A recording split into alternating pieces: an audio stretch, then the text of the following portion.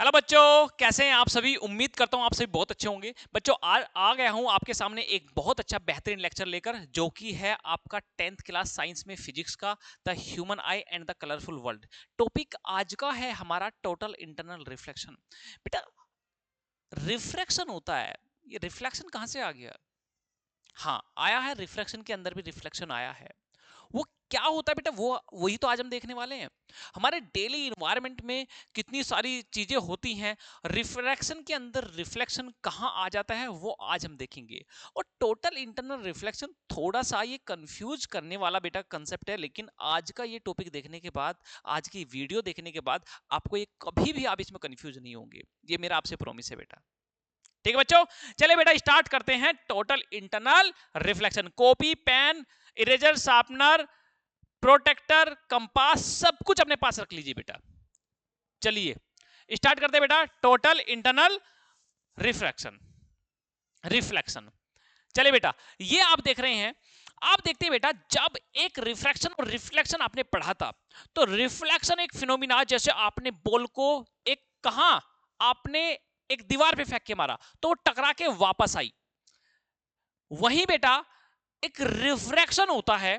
Refraction जब रे जाती है तो वो बेटा एक मीडियम से दूसरे मीडियम में जाती है। रिफ्रैक्शन जनरली आपको देखने को मिला होगा लेंस के अंदर, और रिफ्लेक्शन जनरली आपको देखने को मिला होगा कहां पे? मिरर के अंदर। जहां से एक रे जा रही है, टकरा के वापस आ जा रही है, या एक किसी एंगल से जा रही है। रिफ्रैक्शन में वो जा रही है, वो अपना थोड़ा सा रास्ता चेंज कर दे रही है।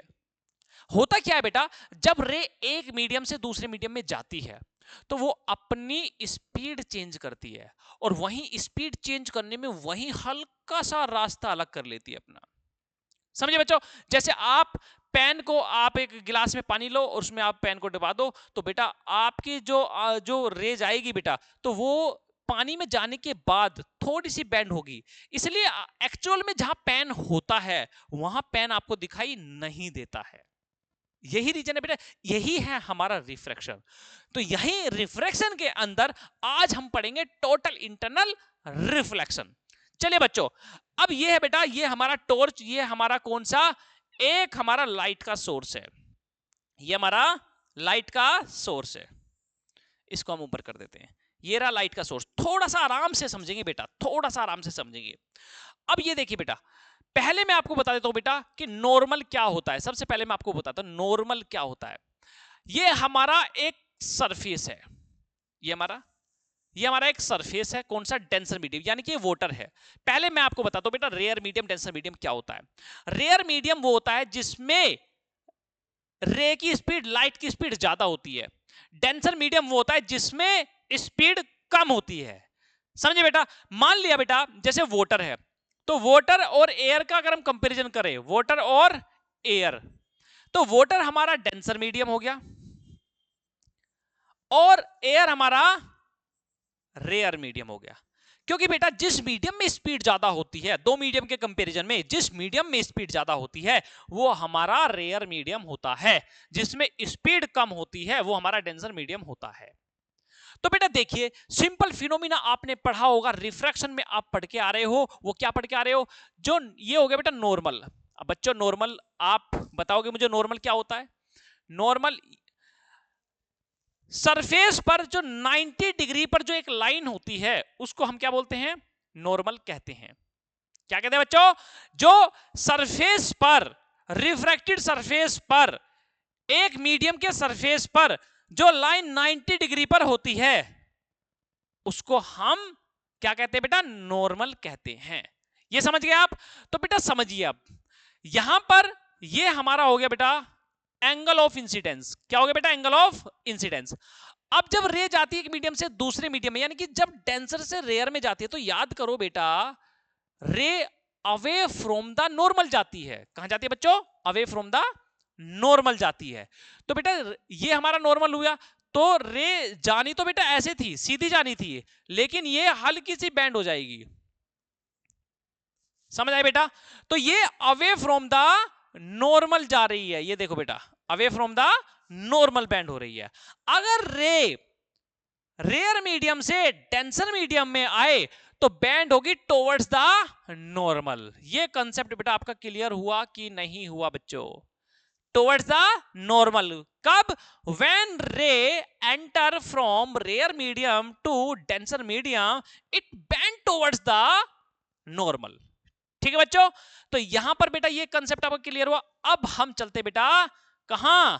Total internal reflection. Total internal reflection, एक रिफ्रैक्शन के अंदर ही रिफ्लेक्शन आया कहां से, इसको देखते हैं आज। ये हमारा बेटा नॉर्मल, क्या बच्चों? नॉर्मल। अब देखिए बेटा, एक हम बात करें यहां पे क्रिटिकल एंगल की। ये देखिए बेटा, समझिए बेटा, यहां तक कहानी समझते हैं पहले यहां तक हम कहानी समझते हैं। ये रे का एंगल समझिए बेटा क्या है। ये रे का एंगल, इसने एंगल ऑफ इंसिडेंस कितना बनाया? 30 डिग्री बनाया, तो ये 50 डिग्री हो गया बेटा।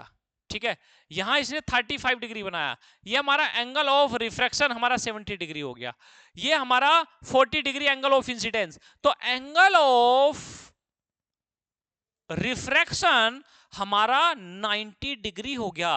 ये देखिए बेटा, नॉर्मल और इसके बीच में कितना एंगल है? 90 डिग्री है बच्चों। कोई डाउट बेटा इसमें? नहीं है बेटा, नहीं होना चाहिए। ठीक है, चलिए अब यहां पर बेटा ये होता है क्रिटिकल एंगल। क्या होता है बेटा? Critical angle. इस एंगल को याद रखेंगे, क्रिटिकल एंगल। ये 90 डिग्री एंगल, ये रिफ्रैक्शन एंगल जो है बेटा हमारा, ये 90 डिग्री जो बन गया, इसी को बोल रहे बेटा हम क्रिटिकल एंगल। जब हो क्या जाए बेटा? जब क्रिटिकल एंगल से कहानी आगे पहुंच जाए, क्या हो जाए बेटा? कहानी आगे पहुंच जाए। देखिए बेटा, ये हमारा हो गया एंगल ऑफ रिफ्लेक्शन 90 डिग्री। जब 90 डिग्री एंगल से 90 डिग्री एंगल से ज्यादा रिफ्रैक्शन हो जाए, ठीक है, ज्यादा रिफ्रैक्शन एंगल क्या हो गया भैया?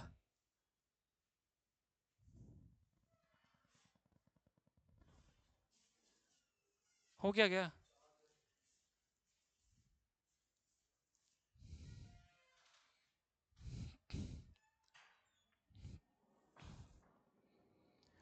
ठीक है, ये देखिए बेटा, एक मिनट रुको यार।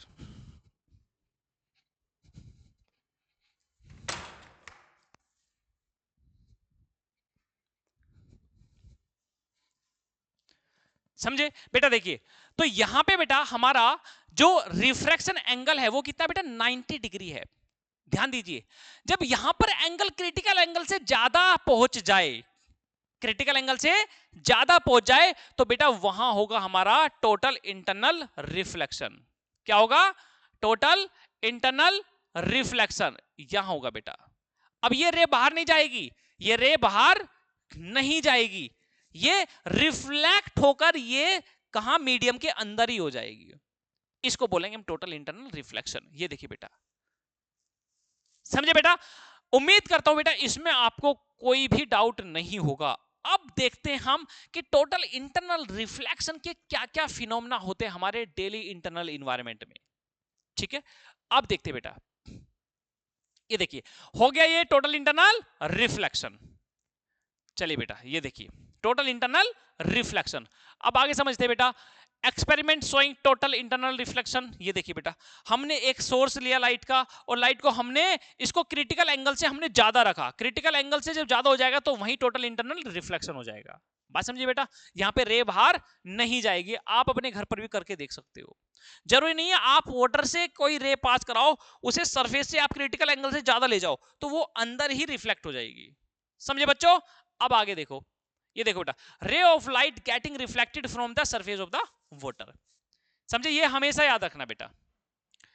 अब ये देखो, मायरेज इन डेजर्ट। मायरेज इन डेजर्ट क्या बेटा?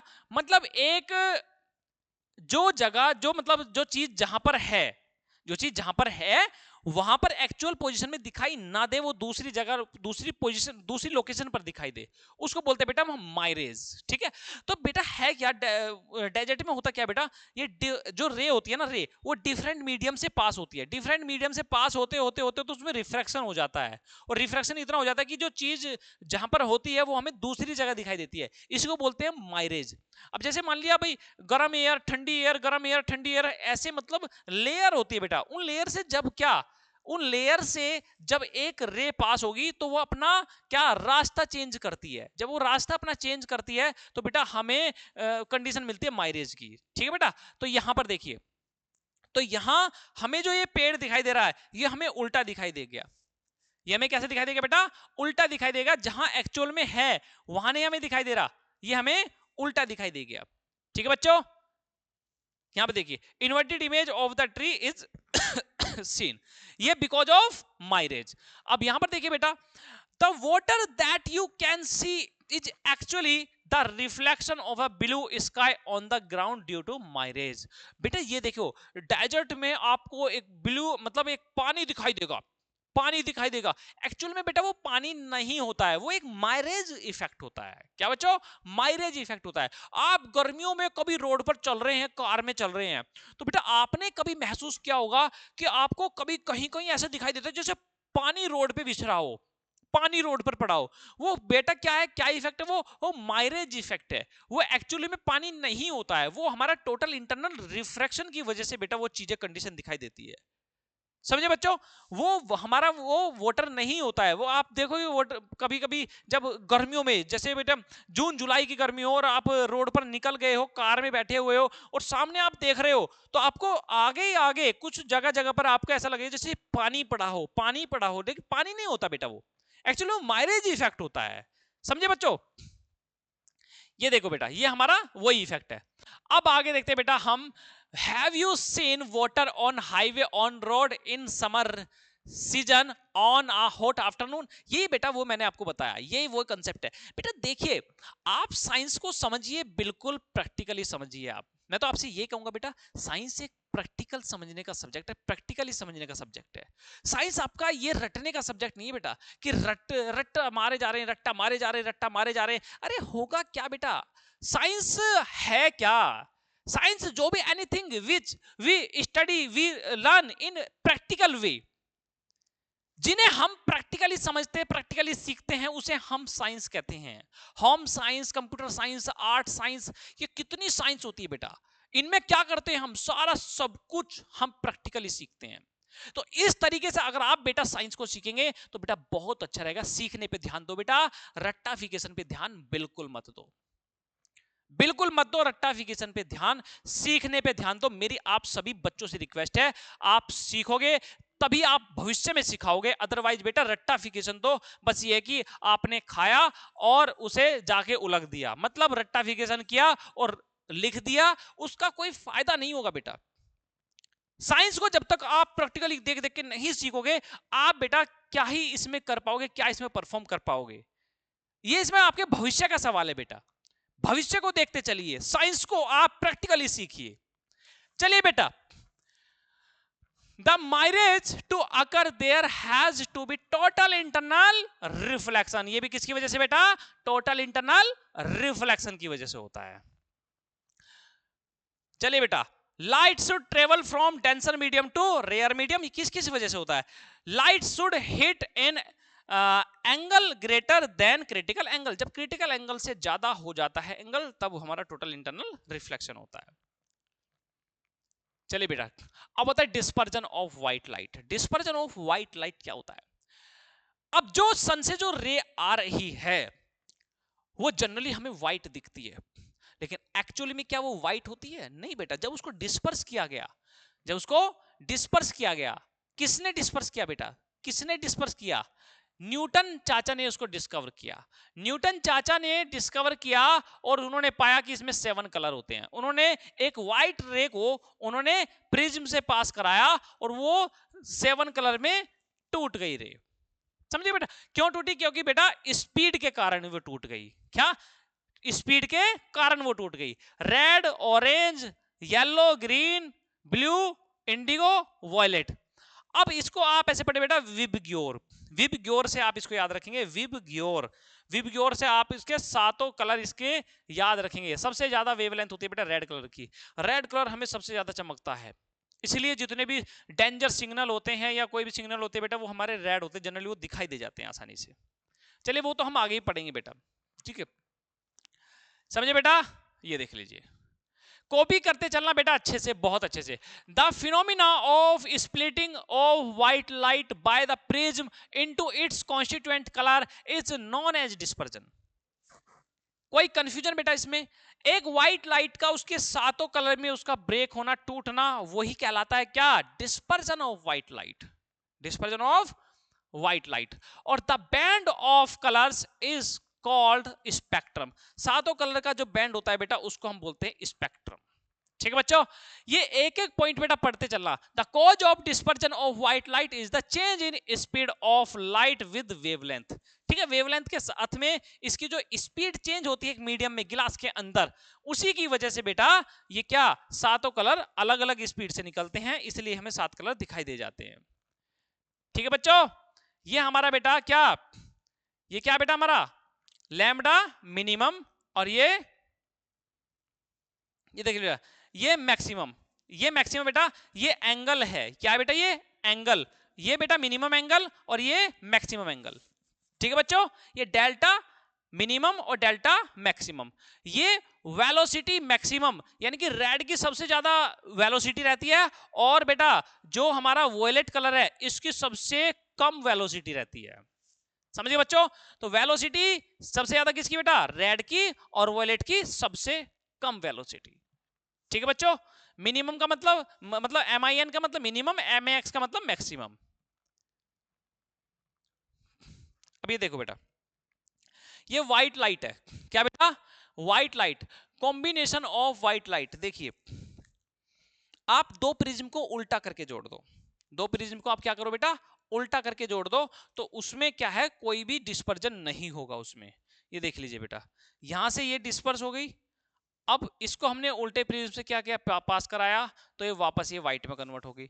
इसका इससे क्या होता है बेटा, जब आप इसको दोनों प्रिज्म को जोड़ दोगे तो एक क्या बना लेगा, एक गिलास स्लैब बना लेगा। उस गिलास स्लैब से क्या होता है, गिलास स्लैब से कोई भी हमारा क्या नहीं होता, रिफ्रैक्शन या डिस्पर्जन नहीं होता है, डिस्पर्जन नहीं होता है, रिफ्रैक्शन होता है बेटा।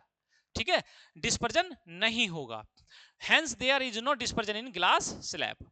ये देख लीजिए, ये हमारे पास ये गिलास स्लैब है, ये हमारे पास गिलास स्लैब है बेटा, ये देखिए, hence there is no dispersion in a glass slab. ठीक है, क्योंकि गिलास स्लैब बेटा ऐसे समझ लीजिए कि वो दो प्रिज्म का कॉम्बिनेशन है। समझे बच्चों? अब ये देखिए बेटा, ये है रेनबो, ये क्या बेटा, रेनबो। रेनबो कैसे बनता है, बारिश पड़ रही है या बारिश पड़ के रुक गई है, तो हमारे इन्वायरमेंट में बहुत सारे वाटर ड्रॉपलेट्स होते हैं, बहुत सारे वाटर ड्रॉपलेट्स होते हैं, और वे वाटर ड्रॉपलेट्स, एक वाटर ड्रॉपलेट्स किसका काम करते हैं, प्रिज्म का काम करते हैं। किसका काम करते हैं बेटा, प्रिज्म का काम करते हैं। और जब ऊपर से सनलाइट आगे पड़ती है तो बेटा वो वाटर ड्रॉपलेट जो है वो व्हाइट लाइट को 7 कलर में तोड़ देती है। किसमें, 7 कलर में तोड़ देती है। तो इसी को बोलते हैं बेटा हम, ये हमारा नेचुरल फिनोमिना होता है, इसमें भी डिस्पर्जन होता है। इसलिए हमें रेनबो में कितने कलर दिखते हैं, 7 कलर दिखते हैं। कैसे कैसे कि एक जो ड्रॉपलेट्स होती हैं उनसे जो सन रेज जब पास होती है तो एक हमारा ड्रॉपलेट्स वो किसका काम करता है, प्रिज्म का काम करता है। उम्मीद करता हूं बेटा ये आपको बहुत अच्छे से समझ आ गया। ये देखो, the rainbow is an arc of 7 colors visible in the sky which is produced by the dispersion of sunlight by raindrop in the atmosphere। भाई रहती है ना बेटा, जैसे लाइट, जैसे जैसे बारिश, देखो बारिश भी पड़ने लगी है, मैं बारिश में भीग रहा हूं मैं, हैं, ठीक है कोई बात नहीं, चलो भीग के भी पढ़ा देंगे बेटा आपको। समझ गए बेटा, देखिए ये सन है बेटा, और ये बारिश पड़ रही है। अब बारिश के बीच से बेटा जैसे क्या होगा, एक ये रेन ड्रॉप है। अब रेन ड्रॉप से क्या होगा बेटा, रेन ड्रॉप से ये सनलाइट आएगी बेटा। अब ये सन ड्रॉप जो है ये क्या करेगी बेटा, यहां पर इसमें टोटल इंटरनल रिफ्लेक्शन होगा। क्या होगा बेटा, टोटल इंटरनल रिफ्लेक्शन। और ये बेटा जो हमें दिखाई देंगे ये व्हाइट लाइट को कितने 7 कलर में तोड़ देगी। इसकी वजह से ही हमें क्या दिखता है, हमें रेनबो दिखता है। समझे बच्चों, इसके साथ हम आपसे विदा लेते हैं बेटा। आज का लेक्चर आपका कंप्लीट। उम्मीद करता हूं बेटा आपको बहुत अच्छे से ये एनिमेशंस देखकर आपको बहुत अच्छे से समझ आता होगा। और बेटा प्यार बनाए रखें, आपका प्यार मेरे लिए बहुत ज्यादा मोटिवेशन का काम करता है। ये वीडियोज वगैरह बेटा आपको अगर अच्छी लगती है तो लाइक कर दिया करो, और बेटा शेयर सब्सक्राइब भी कर दिया करो। ये मेरे लिए एक आप बच्चों की फीस होगी छोटी सी, है ना, यही फीस होगी बेटा मेरे लिए कि आप वीडियो को लाइक कर दें, शेयर कर दें और चैनल को आप सब्सक्राइब कर ले। ठीक है बच्चों, टाटा बाय बाय, मिलेंगे आपसे कल इसी टाइम, बाय।